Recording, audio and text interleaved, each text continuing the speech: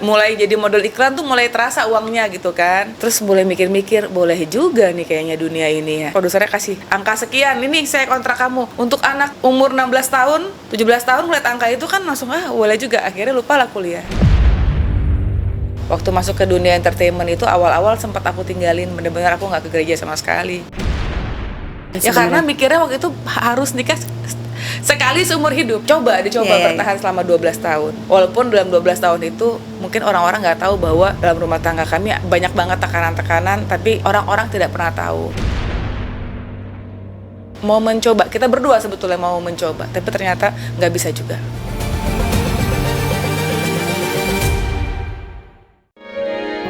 Menjadi orang tua adalah anugerah dan kepercayaan dari Tuhan. Sudah menjadi tanggung jawab bagi kita sebagai orang tua menjadi teladan yang benar di setiap waktu. Kita ini menjadi panutan yang baik adalah sebuah keputusan, dan ego membuat kita gagal menjadi teladan. Bagaimana caranya? GMCC bersama CBN mengadakan The Parenting Project mulai tanggal 2 Oktober setiap Rabu pukul 7 malam di lantai 12A. Ayo, segera daftarkan diri Anda bersama dengan pasangan melalui QR atau website yang tersedia.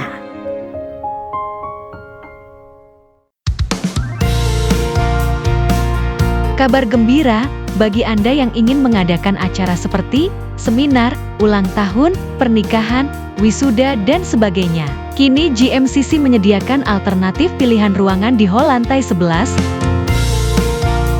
lantai 12, dan lantai 12A. Hubungi Sekretariat GMCC untuk keterangan lebih lanjut.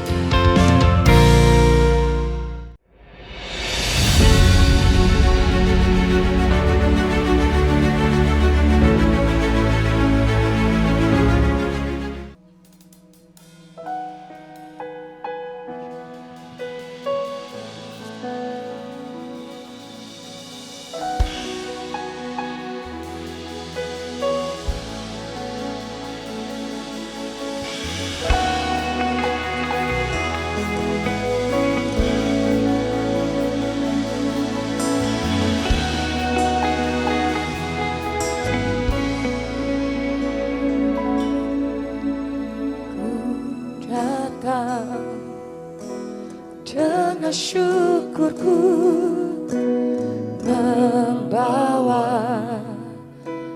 kerinduanku, Yesus, ingin ku menyenangkanmu.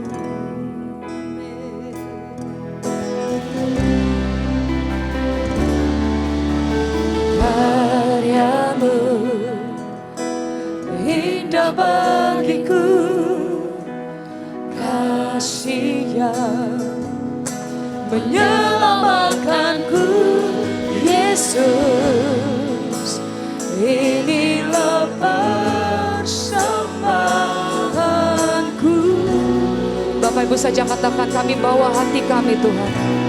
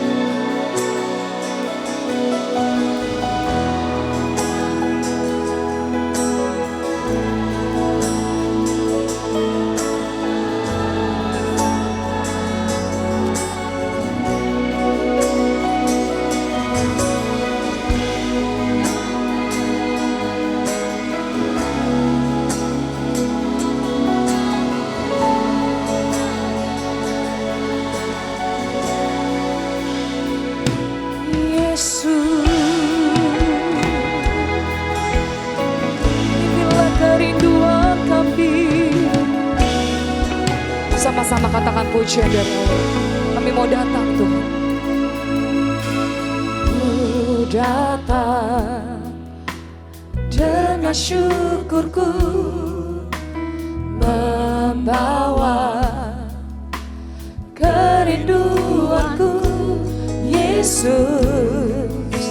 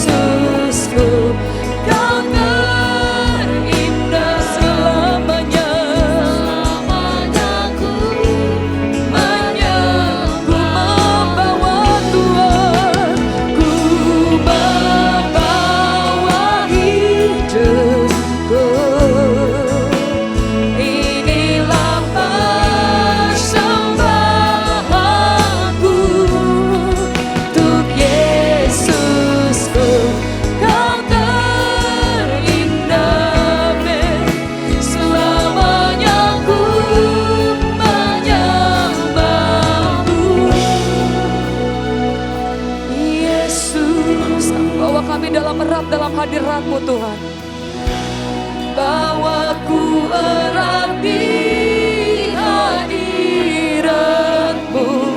Hati kami persembahan bagi-Mu Yesus, hatiku persembahan bagi-Mu.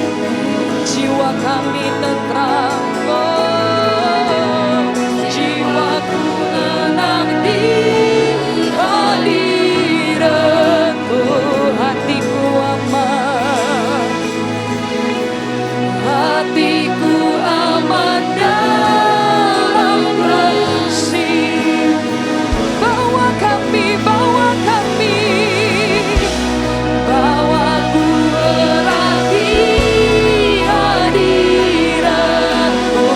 Hati kami persembahan bagi nama-Mu Tuhan, hatiku persembahan bagi-Mu.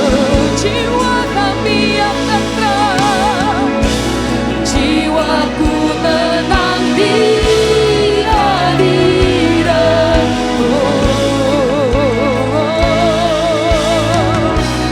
Hatiku aman dalam kasih-Mu.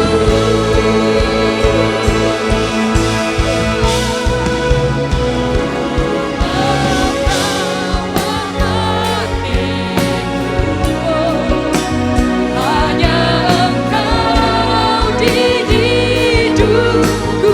Saya undang sama-sama kita bangkit berdiri. Kau terindah, selamanya ku menyembah-Mu. Ku membawa hidupku. Inilah persembahanku untuk Yesusku. Kau terindah, selamanya ku menyembah-Mu. Bapak Ibu saja katakan, ku membawa. Inilah persembahanku untuk Yesusku.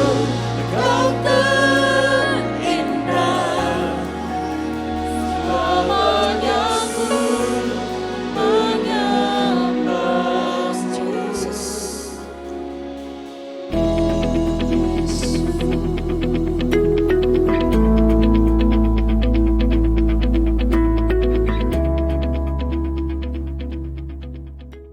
Sebelum lebih lanjut, kita buka firman Tuhan dulu ya Bapak Ibu. Kita buka firman Tuhan di Efesus 4 ayat 13 sampai 15. Efesus 4 ayat 13 sampai 15 firman Tuhan. Sampai kita semua telah mencapai kesatuan iman dan pengetahuan yang benar tentang anak Allah, kedewasaan penuh dan tingkat pertumbuhan yang sesuai dengan kepenuhan Kristus, sehingga kita bukan lagi anak-anak yang diombang-ambingkan oleh rupa-rupa angin pengajaran, oleh permainan palsu manusia dalam kelicikan mereka yang menyesatkan, tetapi dengan teguh berpegang kepada kebenaran. Di dalam kasih kita bertumbuh di dalam segala hal ke arah Dia, Kristus yang adalah kepala. Jadi Bapak Ibu, setiap Bapak Ibu rajin datang ibadah di tempat ini. Tujuannya apa sih sebenarnya kita kumpul di tempat ini? Tujuan kita tidak lain dan tidak bukan dari yang tadi kita sudah baca. Yaitu agar kita bertumbuh, semakin memiliki pemahaman yang benar, kita semakin mengenal Tuhan. Dan ujung-ujungnya adalah kita semakin hari semakin serupa dengan Kristus. Yang dikatakan dewasa rohani, ya kita semakin hari semakin seperti Kristus. Jadi Bapak Ibu perlu ketahui bahwa gereja seperti yang di Efesus tadi, di tempat ini Bapak Ibu, kita para pengerja, para leaders punya tujuan yang satu di dalam kita melayani Tuhan, berjuang, berusaha, bayar harga dan segala macam. Untuk apa? Supaya setiap kita bisa melihat baik para pengerja, maupun jemaat Tuhan di tempat ini, kita semua terus mengalami perubahan paradigma. Kita semakin dekat sama Tuhan, semakin kenal sama Tuhan, mengalami perubahan hidup, mengalami perubahan sikap, mengalami perubahan dalam cara kita mengambil keputusan, mengalami perubahan dalam bertindak tentunya. Dan makin hari makin seperti Kristus. Bapak Ibu tahu, para pengerja di tempat ini, para pelayan Tuhan di tempat ini, kita pun sama dengan Bapak Ibu. Kita punya kehidupan juga di luar kita melayani hari Minggu di gereja. Para pemusik, para leaders, para pendoa, semua para pelayan Tuhan, asyir semuanya. Kita semua nih berjuang tuh untuk apa? Menyediakan apa sebuah ibadah yang baik kah? Mereka latihan kah? Mempersiapkan tema, mengatur pembicara, mengatur rencana dan segala macam. Tujuannya satu, supaya setiap jemaat Tuhan yang dipercayakan Tuhan di tempat ini, kita semua bertumbuh, makin dewasa, makin seperti Kristus. Bukan sekedar untuk menyelenggarakan, yang penting ada gereja lah, yang penting ada ibadah lah, yang penting jemaat datang, yang penting jemaat happy, penuh, menu-menuhin bangku gereja. Tidak, sebab kalau kita Bapak Ibu rutin datang ibadah setiap minggu, rajin, berbulan-bulan, bertahun-tahun, tapi tidak mengalami perubahan hidup, berarti kita sudah gagal dalam mencapai apa yang Tuhan kehendaki. Bapak Ibu, coba saya mau ajak Bapak Ibu kita semua merenung siang hari ini. Sudah berapa lama Bapak Ibu rajin datang ibadah minggu? Kalau dari sebelum COVID berarti Bapak Ibu sudah 4, 5, 6 tahun mungkin di tempat ini, betul ya. Ada yang mungkin sudah lebih lama lagi. Waduh, luar biasa. Dari zaman Pak Yopi, almarhum Pak Yopi, sebelum Pastor Paulus sudah ibadah di tempat ini. Luar biasa. Bapak Ibu, kesetiaanmu saya acungkan jempol. Tapi pertanyaan saya siang hari ini adalah, setelah kita puluhan tahun itu datang ibadah, adakah kita mengalami perubahan? Perubahan cara pikir, perubahan paradigma, perubahan cara kita ngomong, perubahan dalam kita berbuat sesuatu, ada atau tidak? Jangan-jangan dulu suka marah-marah, galak, kalau ngomong sama istri kasar luar biasa. Tapi setelah 3 tahun ikut berjemaat di tempat ini, wih, tambah galak. Malahan kalau marah sekarang makin kreatif. Kenapa? Pakai ayat. Nah loh, 3 tahun mengalami pertumbuhan, tapi pertumbuhannya begini ya Bapak Ibu. Bukan jadi lebih baik, tambah kacau. Yang tadinya selingkuh, datang ibadah, damai-damai aja. Saya dikasihi oleh Yesus. Oh, Yesus menerima saya apa adanya. Wah, repot Bapak Ibu. Mungkin ada Bapak Ibu yang bilang gini, jangan menghakimi. Gereja ini kan memang tempat orang berdosa. Wajar dong kalau kita semua di sini masih hidup dalam dosa, masih berbuat dosa. Bapak Ibu, saya setuju bahwa gereja adalah tempat di mana orang-orang rusak dalam tanda kutip, termasuk saya. Saya nggak bilang Bapak Ibu yang rusak loh, termasuk saya. Orang rusak, orang luka, orang yang hidupnya udah nggak ada artinya, orang-orang yang nggak karu-karuan, termasuk saya, ada di gereja. Dan karena kasih Tuhan yang besar, Dia menebus kita, Dia mengampuni dosa kita, Dia menyucikan kita. Tapi apa berhenti sampai di sana? Tidak Bapak Ibu. Karena kasihnya yang besar itu juga, Dia yang menerima kita apa adanya. Termasuk jelek, kurang, buruknya kita. Tapi Dia tidak akan membiarkan kita stay the same atau tetap berada di kondisi itu. Ada orang bilang begini, gereja adalah bengkel. Saya mau tanya sama Bapak Ibu. Bapak Ibu kalau motornya rusak atau mobilnya rusak, dibawa ke bengkel, itu buat diperbaikin atau dibiarin aja begitu aja rusak di bengkel? Diperbaikin. Mana ada orang bawa barang rusak ke bengkel terus ini kenapa kok? Iya udah rusak. Terus mau diapain kok? Di sini mau diperbaikin apanya kok? Biarin aja taruh di sana. Lah, lu kira gue bengkel apa tempat sampah? Kalau barang rusak, nggak bisa diapa-apain lagi, ditaruh doang, itu ke tempat sampah. Gereja bukan tempat sampah. Gereja adalah bengkel. Kita yang rusak, yang kurang, yang sakit, ada permasalahan ini dan itu mesti diperbaikin, datang ke gereja. Untuk tetap rusakkah? Tidak. Tapi untuk kita diperbaharui, diperbaiki, dipulihkan supaya kita jadi seperti rencana Tuhan yang terbaik buat kita. Setuju Bapak Ibu? Hari ini tema kita adalah kedewasaan rohani. Saya mau mengajak kita Bapak Ibu untuk ngecek diri kita masing-masing. Jangan bilang gini ya, Saya udah 20 tahun ibadah di sini. Saya pasti sudah dewasa. Belum tentu. Demikian juga banyak orang bilang menjadi tua itu pasti. Menjadi dewasa belum tentu. Ada banyak orang sudah bertambah usianya. Tapi secara sikap, mental, pemikiran masih kayak anak-anak. Mungkin kita pun pernah dikatain orang seperti itu. Demikian juga orang yang rajin beribadah berpuluh-puluh tahun atau bahkan pelayanan tidak menjamin kita adalah orang-orang yang dewasa rohani. Bisa jadi kita masih termasuk bayi rohani atau kanak-kanak rohani.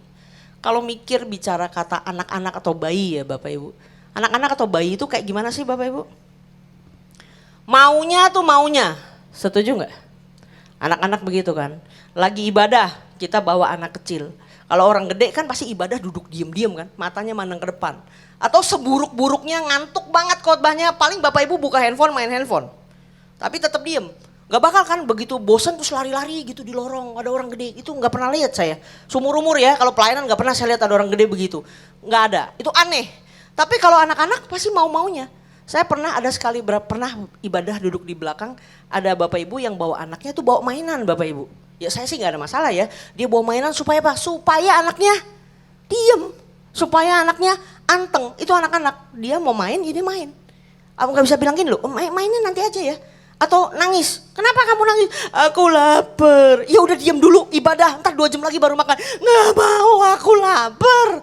Intinya dia lapar, lu paham gak? Begitu, kalau anak-anak begitu. Maunya, mesti kita yang ngertiin dia gak bisa ngertiin kita, ikutin mau dia. Kalau bahasa kasarnya kalau orang udah gede ya, dibilangnya egois. Kenapa?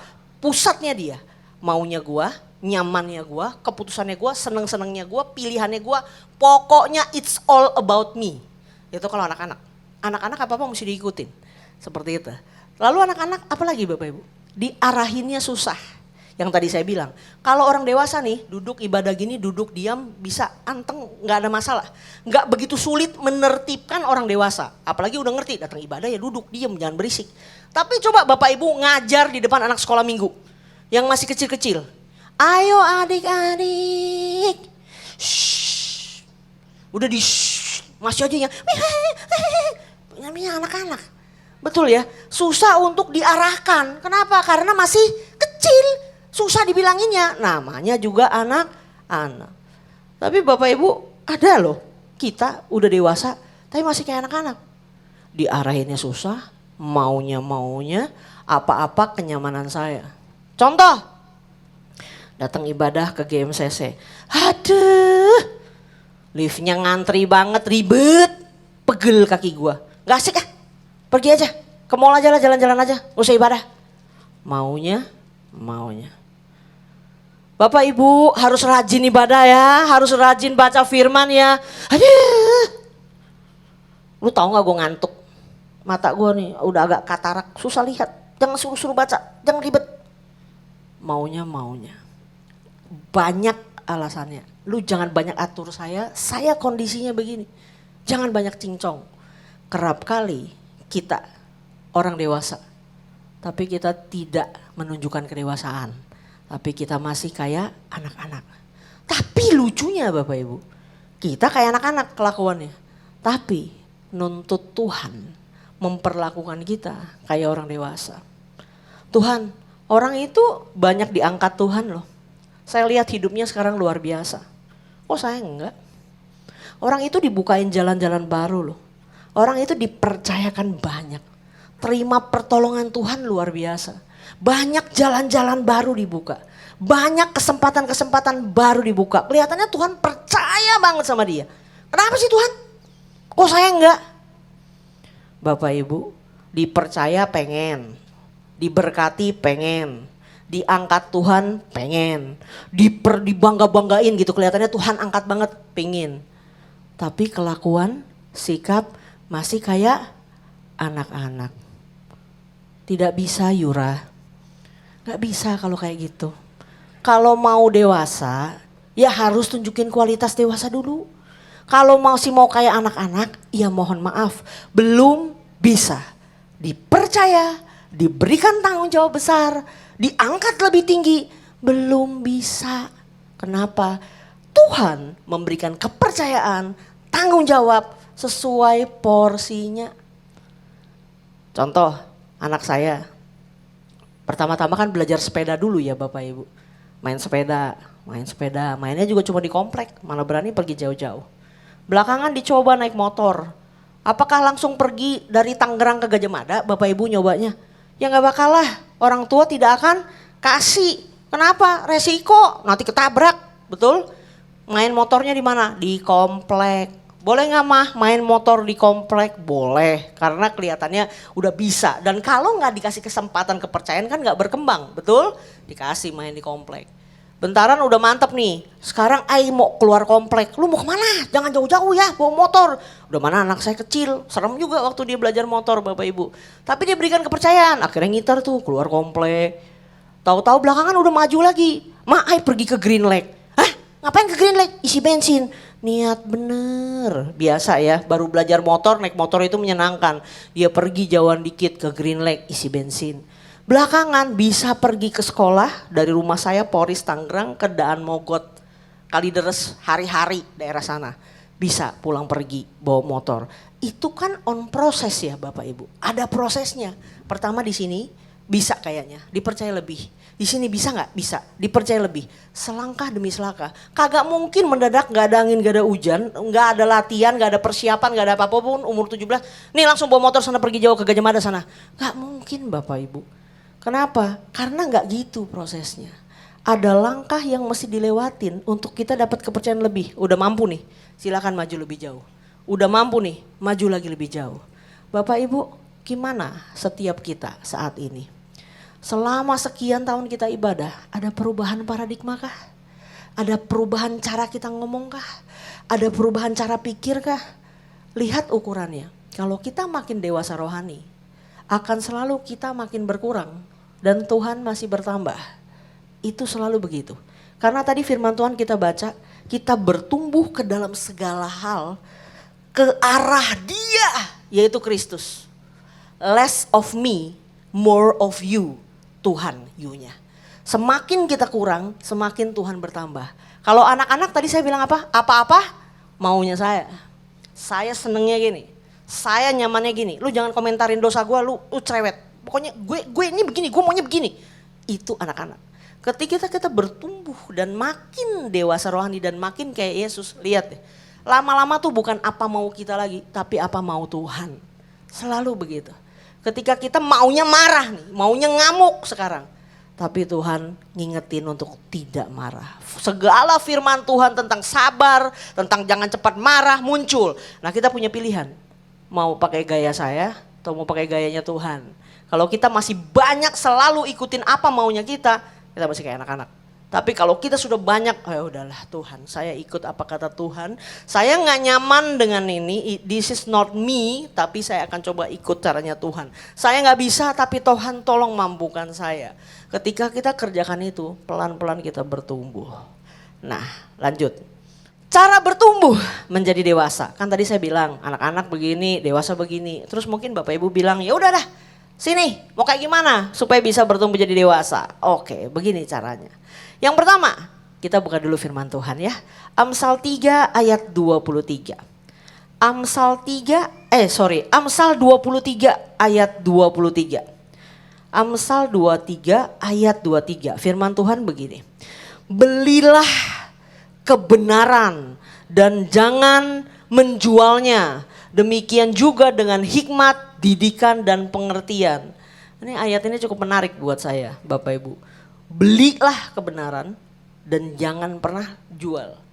Artinya kebenaran ini sesuatu hal yang sangat berharga, mahal, valuable, bernilai tinggi. Lu at any cost, dalam harga berapapun mesti beli, mesti berani bayar untuk mendapatkan kebenaran. Dan jangan pernah jual kebenaran ini untuk apapun juga. Kalau Bapak Ibu sudah tahu kebenaran, punya kebenaran, jangan pernah jual demi pasangan hidup. Demi bahagia yang sementara, demi duit, demi yang lain-lain itu. Tapi kalau sudah dapat kebenaran, pegang itu betul-betul. Firman Tuhan bilang, beli kebenaran dan jangan menjualnya. Saya mau tanya sama Bapak Ibu, Kalau Bapak Ibu datang ibadah minggu kayak begini nih, datang nih, dandan, pilih baju, ya kan, mikir mau naik apa, bla bla bla. Make up, apalagi yang perempuan, nih pakai tas ini, pakai sepatu itu, ya terserah lah ya. Datang ke sini, Bapak Ibu ada harapan gini gak sih? Tuhan, saya pengen dapat sesuatu dari Tuhan hari ini di ibadah. Pernah nggak? Atau mungkin gini, Tuhan semoga antrian liftnya hari ini tidak terlalu panjang. Itu aja kayaknya yang penting gitu buat didoain gitu ya. Bapak Ibu, harusnya saya mau mengajak Bapak Ibu sih mulai minggu depan, karena kalau hari ini udah kejadian. Ketika Bapak Ibu di rumah udah kepikir nanti minggu ibadah, mulai bilang begini, Tuhan saya datang hari minggu ibadah dan saya akan datang dengan hati saya, dengan kerinduan saya. Ketika pujian penyembahan dinaikkan, saya akan sungguh-sungguh memuji menyembah Tuhan. Saya akan memberikan persembahan pujian saya, hati saya, semuanya yang terbaik buat Tuhan. Tapi saya nggak berhenti di sana. Pulang saya mau terima sesuatu dari Tuhan. Bukan terima duit, terima omset, bukan Bapak Ibu. Saya mau terima kebenaran dari Tuhan. Ajar saya sesuatu hari minggu ini. Saya pulang mesti dapat sesuatu. Nggak mau saya pulang dengan tangan hampa. Begitu Bapak Ibu. Saya yakin dan percaya kalau Bapak Ibu punya hati kayak gitu, tiap minggu datang ibadah pasti dapat berkat. Oh, nggak ada yang amin sih. Tiap minggu pasti dapat berkat, setuju nggak? Kalau Bapak Ibu datang cuma live, lalu pas sepanjang ibadah mikir gini, makan golden lamien atau makan solaria ya ntar abis ini ya. Ngantrinya panjang nggak ya ntar ya? Repot, pikirinnya cuma itu doang. Datang ke sini gini, Tuhan please bicara sama saya satu hal aja. Yang penting saya mau minta kebenaran dari Tuhan. Saya pulang harus bawa sesuatu dari sini. Gitu. Dan saya yakin pasti bisa. Tuhan itu bisa berbicara kepada kita dengan cara yang berbeda-beda. Ada orang yang dapat berkat banget waktu pujian penyembahan. Bapak Ibu mungkin lagi down, lagi low, begitu mereka ngangkat pujian. Mungkin kata-kata dari lagu itu kena banget atau jawaban banget atau teguran banget. Sehingga Bapak Ibu dapat sesuatu di pujian penyembahan. Bisa nggak? Bisa banget. Atau mungkin Bapak Ibu bilang gini, aduh Ci, lu tahu nggak? Kadang-kadang yang khotbah itu ngantuk luar biasa. Gue kalau di kasur susah tidur, tapi kalau setiap kali dia yang khotbah, entah kenapa ya, hadirat Tuhan terasa begitu kuat, memeluk aku begitu ketat. Dan tiba-tiba saja aku sudah tidak tahu ada di mana. Bapak Ibu percaya nggak? Walaupun ketemu pendeta yang kalau ngomong Shalom Bapak Ibu, saya merasakan kebaikan Tuhan. Suaranya aja, gue mau berusaha denger aja kok sulit tuh sekali untuk menangkap suara orang ini. Bapak Ibu, saya ini juga pernah di jemaat ya, bukan cuma di tiap minggu di atas ini ngoceh gitu, bukan ya Bapak Ibu. Jadi kalau bicara tentang denger pendeta khotbahnya ngantuk, pernah nggak? Pernah. Pernah nggak dengar pendeta khotbahnya pusing? Pernah. Pernah nggak dengar pendeta khotbah, lu ngomong apa sih? Dari tadi gue dengerin lu putar-putar, kesini, ke situ, gue sampai sekarang nggak paham. Yang bingung nih saya atau kamu sih sebenarnya, pernah nggak begitu? Pernah, jujur Bapak Ibu, jujur. Tapi saya nggak mau pernah pulang ibadah tuh rugi. Rugi itu apa? Bukan karena ngasih persembahan banyak ya, bukan. Rugi itu adalah ketika kita datang dengan kerinduan, udah muji nyembah terus pulang gini. Ya iya bawa pulang apa-apa ya, gak ada tuntunan, gak ada dapat sesuatu gitu yang Tuhan mau ngomong. No, mulai minggu depan Bapak Ibu datang ke gereja, miliki hati begini, Tuhan saya mau dapat kebenaran dari Tuhan. Tolong bicara sama saya. Terserah mau teguran, mau nasihat, mau kekuatan. Pokoknya saya mau mencari kebenarannya Tuhan. Saya gak akan pulang dengan tangan hampa. Begitu Bapak Ibu, coba tes. Datang dengan pikiran kayak gitu sama datang liftnya macet. Nah, dapat yang mana? Kita lihat. Itu yang pertama. Datang dengan kerinduan untuk peroleh kebenaran Tuhan. Yang kedua, firman Tuhan di Yakobus 1 ayat 22 sampai 25. Yakobus 1 ayat 22 sampai 25 berkata, tetapi hendaklah kamu menjadi pelaku firman dan bukan hanya pendengar saja. Sebab jika tidak demikian kamu menipu diri sendiri. Sebab jika seorang hanya mendengar firman saja dan tidak melakukannya, ia adalah seumpama seorang yang sedang mengamat-ngamati mukanya yang sebenarnya di depan cermin. Baru saja ia memandang dirinya, ia sudah pergi atau ia segera lupa bagaimana rupanya. Tetapi barang siapa meneliti hukum yang sempurna, yaitu hukum yang memerdekakan orang, dan ia bertekun tekun di dalamnya. Jadi bukan hanya mendengar untuk melupakannya, tetapi sungguh-sungguh melakukannya. Ia akan berbahagia oleh perbuatannya. Setelah yang pertama datang dengan kerinduan, Tuhan bicara sama saya, sampaikan kebenaran, terima nih, pulang nih dengan senang hati, dengan sukacita. Oke, keluar dari pintu ini, lakukan apa yang sudah disampaikan. Lakukan apa yang sudah kita terima, kerjakan. Bulan lalu saya sudah bilang, orang bertumbuh, orang kenal Tuhan, orang berubah itu bukan dari apa yang dia tahu. Tahu doang mah nggak ngubah apa-apa. Tahu, kerjakan, baru hidupmu berubah. Dan PR-nya Bapak Ibu setiap kita ibadah hari Minggu ini bukan di sini. Dengar, duduk, ya senang-senang aja kan. Keluar, melakukan, di situ PR-nya. Saya beri contoh. Kalau kita pernah dengar firman Tuhan yang bilang gini, mengantuk sebentar lagi, melipat tangan sebentar lagi. Tahu nggak ayat itu? Saya suka tuh ayat itu. Lalu datanglah kemiskinan seperti seorang penyerbu, ya something like that ya. Dan ayat itu sering muncul di pagi hari, jam 5 pagi ketika saya keluar dari ranjang. Aduh, masih gelap ya, matahari aja belum terbit, udah mesti bangun. Buka firman Tuhan, baca sambil minum kopi. Kebiasaan saya gitu soalnya Bapak Ibu ya. Pas lagi baca mulai ngerasa gini, kayaknya badannya agak kurang enak ya.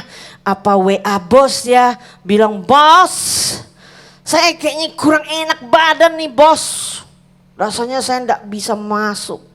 Tapi tiap kali di pagi hari itu, di saat-saat seperti itu, sering banget tiba-tiba mengantuk sebentar lagi. Melipat tangan sebentar lagi. Iya udah, gue gak mau miskin. Cepet kelarin baca firman, minum kopi kelarin, ambil anduk, mandi, pergi kerja. Dan ayat itu selalu, it works every time Bapak Ibu. Sebab saya mulai mengantuk, ya udah gak ngantuk lagi udah. Ikutin firman. PR-nya bukan di sini. PR-nya di mana? Nanti setelah pulang. Yang terakhir, jemaat langsung haleluya. Yang terakhir, Ibrani 12 ayat 5 sampai 6. Ibrani 12 ayat 5 sampai 6 bilang gini. Dan sudah lupakah kamu akan nasihat yang berbicara kepada kamu seperti kepada anak-anak? Hai anakku, janganlah anggap enteng didikan Tuhan dan janganlah putus asa apabila engkau diperingatkannya, karena Tuhan menghajar orang yang dikasihinya dan ia menyesah orang yang diakuinya sebagai anak. Bapak Ibu, kalau Bapak Ibu punya anak bayi masih kecil, lucu gak Bapak Ibu? Lucu, kita mainin, sayangin, gemes gitu ya. Saya mau tanya, mau dia kecil lucu terus gak sampai 10-20 tahun ke depan? Ya kagak lah. Mesti dibawa ke dokter kalau sampai mas begini terus, gak ada perubahan, gak bertumbuh, gak tambah gede. Aneh banget ini anak. Anak-anak yang udah setahun, 2 tahun masih belum bisa ngomong aja kita bawa ke terapi wicara Bapak Ibu. Dites ke dokter, ini ada keterlambatan bicara atau kenapa? Kenapa dia belum bicara? Harusnya sudah bicara. Kan pertumbuhan anak-anak begitu. Nah Bapak Ibu, kita sebagai anak Tuhan juga tidak seharusnya stay the same, menjadi bayi rohani, apa-apa maunya dia. Diatur gak bisa, seringnya konflik sama orang. Mau nyaman-nyamannya dia, semuanya tentang saya. It's all about me, saya dan saya. Tuhan mah belakangan sana deh, gak ngerti. Saya pokoknya. Kalau kita kayak gitu, Tuhan tidak akan membiarkan kita tetap di sana. Kenapa? Karena dia rindu memberikan kita kepercayaan lebih, tanggung jawab lebih, mengangkatmu lebih, mau bikin kamu lebih dari pemenang, mau mempercayakan kamu banyak, mau kamu jadi berkat, mau kamu berbuah banyak dan manis, mau hidupmu yang sementara ini bermanfaat buat banyak orang, jadi berkat buat banyak orang, memancarkan terang Tuhan, itu yang Tuhan mau. Dan gak akan bisa nyampe ke sana kalau kita tidak berproses dan berprogres. Kadang-kadang anak Tuhan nyangkut di proses. Kamu harus ngerti saya dong. Saya kan lemah di sini. Harus ngerti dong. Iya berapa lama? Harus di ngertinya berapa lama? Setahun, 2 tahun, 10 tahun. Lu masih begitu-begitu aja gak ada perubahan. Bapak Ibu, seharusnya kita sebagai anak Tuhan, ikut Tuhan, mengalami proses dan didikan. Tapi makin hari kita makin menang. Saya tahu melakukan firman Tuhan tidak selalu mudah. Ada hal-hal yang mungkin dengan mudah kita bisa taat. Ada hal-hal yang betul-betul mesti sangkal diri, pikul salib, berat banget. Dan mungkin kita gagal berkali-kali. Gue kagak bisa lagi. Gue gagal lagi. Gue jatuh lagi. Ya tapi bangun lagi. Belajar lagi. Tuhan tolong saya gak bisa. Mampukan saya. Jalan lagi. Terus, dan terus. Kita pasti makin hari tanpa sadar makin dewasa. Tadi firman Tuhan bilang apa? Jangan anggap enteng didikan Tuhan. Oh, jangan berani-berani anggap enteng didikan Tuhan. Tuhan itu sangat mungkin nyentil, pukul apapun kita sebagai anak yang dikasihinya. Kalau itu untuk kebaikan kita. Kita pun demikian sama anak kita. Kita hajar, kita pukul bukan dengan emosi, dengan benci kalau Tuhan. Kalau kita orang tua sering begitu. Hei, lu main berantakan lu ya. Beresin, jangan males, kamu selalu ngeberantakin mainan, bikin kesel mama, pukul pantatnya. Kita lakukan apa? Ketika dikasih tahu teman kita, jangan kasar sama anak. Enggak, ini gua didik dia supaya dia tuh udah gede tuh ngerti beresin. Bukan, lu kesel karena abis ini lu yang mesti beresin, makanya lu marah-marah. Itu kalau kita. Tapi kalau Tuhan marah sama kita, pure, murni, bukan karena dia ngerasa direpotin. Tapi karena kamu memang mesti dididik. Enggak bisa kayak gini caranya. Kamu kayak gini terus enggak bener, berubah. Itu yang Tuhan mau. Jangan anggap enteng didikan Tuhan. Oh, jangan main-main. Kasih Tuhan itu besar. Iya, setuju. Tapi karena kasihnya yang besar itu, dia gak akan membiarkan kita berada di posisi di mana kita sekarang ada. Dia kan mau kita maju. Dia mau kita menikmati semua berkat, semua kepercayaan, semua tanggung jawab yang sudah Tuhan sediakan. Dan dikatakan jangan putus asa kalau dididik Tuhan. Kadang-kadang dididik Tuhan itu capek Bapak Ibu. Betul. Kenapa? Karena gak ada habisnya. Saya juga pernah ngoceh sama Tuhan. Saya ngerasa gini, Tuhan capek amat sih, apa-apa mesti gue yang ngerti. Kesannya gitu. Ketika kita dijahatin orang, ya kan? Dijahatin orang gini banget ya. Firman Tuhan bilang, tampar pipi kiri, kasih pipi kanan. Gitu ya. Ini harusnya dimaki-maki nih. Gue mesti bikinin list kesalahanmu supaya kamu tahu. Lalu saya akan bacakan buat kamu dengan keras. Mestinya begitu. Tapi Tuhan bilang, ampuni. Aduh, ilah ya Allah, gak kelar-kelar gitu ya. Tapi itulah proses. Jangan, apa tadi bahasanya? Jangan putus asa apabila engkau diperingatkan Tuhan. Justru kalau kita banyak diangkat sama Tuhan, ditegur sama Tuhan, ayo kamu gini, ayo kamu gitu. Itu artinya Tuhan sayang. Karena Tuhan mau kita naik level, supaya kita bisa terima lebih banyak. Supaya kita dipercaya lebih banyak, kita terima lebih banyak. Bapak Ibu, mari kita sama-sama bertumbuh jadi dewasa. Yang pertama tadi apa? Beli kebenaran, jangan pernah jual. Kejar kebenaran. Ingat ya pesan saya, mulai minggu depan, datang ke gereja, cari Tuhan mau ngomong apa sama saya. Sampaikan kebenaranmu, mau lewat apapun terserah. Saya pulang harus dapat sesuatu tuntunan dari Tuhan. Sesuatu kebenaran dari Tuhan yang mau saya pegang. Saya harus terima itu setiap minggu begitu. Pulang, lakukan apa yang sudah kita terima. Ikuti prosesnya, walaupun jatuh bangun. Jangan anggap enteng didikan Tuhan. Jangan putus asa kalau terus menerus diajar sama Tuhan. Karena Tuhan mau kita jadi dewasa. Supaya kita bisa dipercayakan banyak hal oleh Tuhan. Bapak Ibu coba hitung. Bapak Ibu setahun ibadah berapa kali? Setahun ada 52 minggu. Oke, ada keluar kota, ada urusan ABCD, ada sakit, ada urusin pernikahan, apapun lah itu terserah. Setahun mungkin 45 kali ibadah atau 40 kali ibadah. Kalau dalam 40 kali ibadah Bapak Ibu dalam setahun datang dengan kerinduan yang tadi saya bilang. Datang memberikan pujian penyembahan yang terbaik, sungguh-sungguh, gak main handphone, gak lihat ini, gak lihat itu. Serius betul-betul dan menantikan Tuhan. Saya minta satu aja kebenaran buat saya lakukan minggu itu. Lalu Bapak Ibu pulang, lakukan. Coba pikir, 40 minggu, 40 kebenaran yang Bapak Ibu belajar untuk melakukannya dalam satu tahun. Saya mau tanya, tahun depan berubah gak hidupmu? Pasti berubah. Apalagi ini baru ngomong ibadah minggu loh. Saya baru ngomong ibadah minggu. Belum ngomong apa? Kemarin-kemarin diajarinnya apa? Tiap hari saat teduh, cari Tuhan, baca firman, nyembah Tuhan, minta Tuhan penuhi kita dengan kasih-Nya.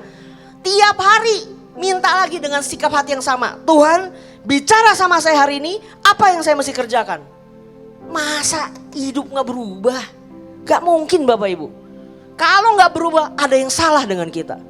Entah kita gak nyari, entah kita gak rela bayar harga untuk membeli kebenaran, atau kita malah lebih demen jual kebenaran. Makanya gak dapat apa-apa. Lalu pulang dari gereja lupa semua, gak tahu mesti ngerjain apa. Tuhan makin jauh, semua apa-apa tentang kita. Padahal kalau apa-apa kita makin tentang Tuhan, hidupmu berubah.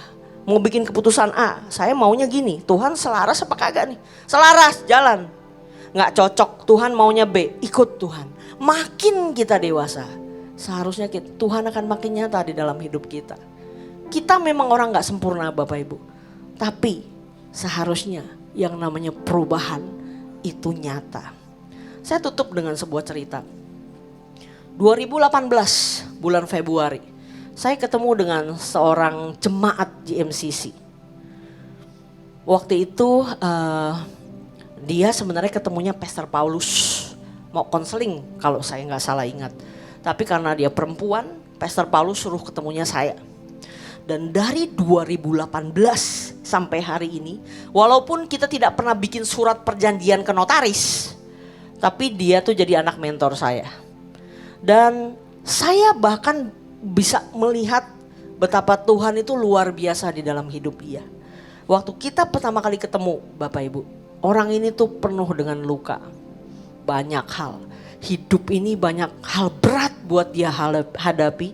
Banyak kekecewaan yang dia hadapi. Kondisinya tuh buruk banget waktu itu pas saya ketemu.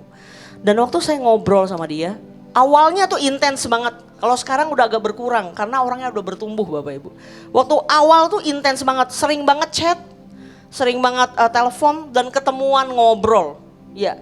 Dan saya lihat dalam setahun, 2 tahun, 2018 saya ketemu dia ya. 2020 terus Covid, kita ada Women Mentoring Women 2021 bahkan. Dia sudah bisa ngajar wanita lain Bapak Ibu. Perempuan-perempuan lain maksudnya gitu ya. Di sharing, di ngajar, dididik. Anak ini bertumbuh luar biasa. Saya lihat Tuhan pulihkan dia. Tuhan berikan pengertian. Dari yang awal, padahal ilmunya saya emang gak ada banyak Bapak Ibu. Kalau dia ada masalah, ya saya sampaikan cuma firman. Mau sampaikan apa lagi. Kalau dia butuh didoakan, saya doakan. Saya mendampingi dia. Permasalahan hidup dia berat Bapak Ibu. Ada 2 hal yang kalau saya garis bawahi permasalahan yang berat, cuman saya gak akan ceritakan. Dan saya pun tidak tahu gimana cara nolong ini orang. Dan saya dengan jujur berkali-kali bilang sama dia begini. Permasalahan kamu to be honest berat. Kalau saya pun yang ada di posisi kamu, saya gak tahu saya bisa lewatin jalanin kayak kamu gak? Saya gak tahu. Dan saya gak bisa bantu kamu secara realita kehidupan.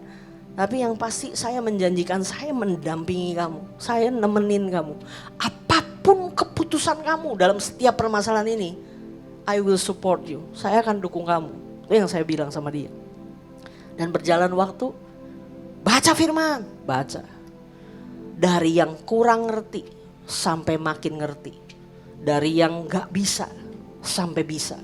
Mengajar, sekarang udah ngerti banyak Bapak Ibu. Orang ini sudah bertumbuh luar biasa. Masalahnya selesai semua enggak? Namanya hidup masalah enggak ada habisnya Bapak Ibu. Tapi seiring waktu berlalu saya lihat Tuhan tolong dia sedikit demi sedikit. Dan proses dan didikan Tuhan enggak habis-habis buat dia. Bahkan sampai hari ini dia belajar A, selesai menang, belajar B. Belajar B menang, naik B yang level lebih berat, terus begitu. Tapi di situ saya lihat kebaikan Tuhan. Tadi saya bilang Bapak Ibu, 2 topik berat dalam hidup dia. Yang pertama menurut saya, sudah ditolong Tuhan, diselesaikan Tuhan tahun lalu. Tuhan sudah menolong dia. Dan waktu Tuhan tolong dia, saya tuh yang amazing loh. Saya yang gini, Tuhan kau baik banget. Engkau tahu caranya nolong orang pada momen dimana dia siap untuk ditolong. Benar-benar Tuhan tuh ajaib. Waktu berlalu lagi dan saya dengar info dari dia lagi untuk topik kedua yang saya bilang itu berat masalah dia. Ada kemungkinan dalam 2 tahun ke depan topik yang kedua pun Tuhan jawab. Padahal tadinya waktu dia pertama kali datang ke saya tuh gak kebayang bagaimana Tuhan bakal menolong orang ini. Gak kebayang saya, bingung. Makanya saya bilang saya gak bisa nyelesain masalah kamu. Cuma bisa nemenin kamu. Karena masalahmu berat buat saya. Tapi ternyata bisa. Bapak Ibu, dari anak ini saya belajar. Ketika kita benar-benar datang sama Tuhan. Kejar kebenaran, cari kebenaran, belajar untuk melakukannya. Tidak bosan waktu diajar Tuhan. Tidak anggap enteng didikan Tuhan. Udah jalan terus. Jatuh bangun, susah enggak bangun, jalan terus. Bapak Ibu, Tuhan itu baik. Dia bukan cuma mau Bapak yang ngajar, nyiksa kamu, bikin kamu susah. No, ketika kamu siap, Dia bukakan pintu yang baru. Ketika kamu siap, Dia kasih kamu pertolongan. Ketika kamu sudah naik level, Dia percayakan hal yang lain buat kamu. Itu Tuhan kita. Oleh karena itu Bapak Ibu, yuk siang hari ini lihat posisi kita di mana. Masih bertumbuhkah? Mungkin ada di antara Bapak Ibu yang begini. Dulu saya bertumbuh banget.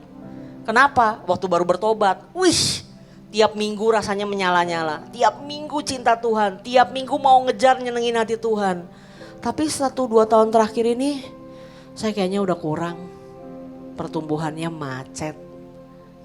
Yuk Bapak Ibu, siang hari ini. Mungkin Tuhan sedang bicara sama Bapak Ibu. Jangan berhenti di sini. Lanjut jalan lagi. Lanjutkan pertumbuhanmu.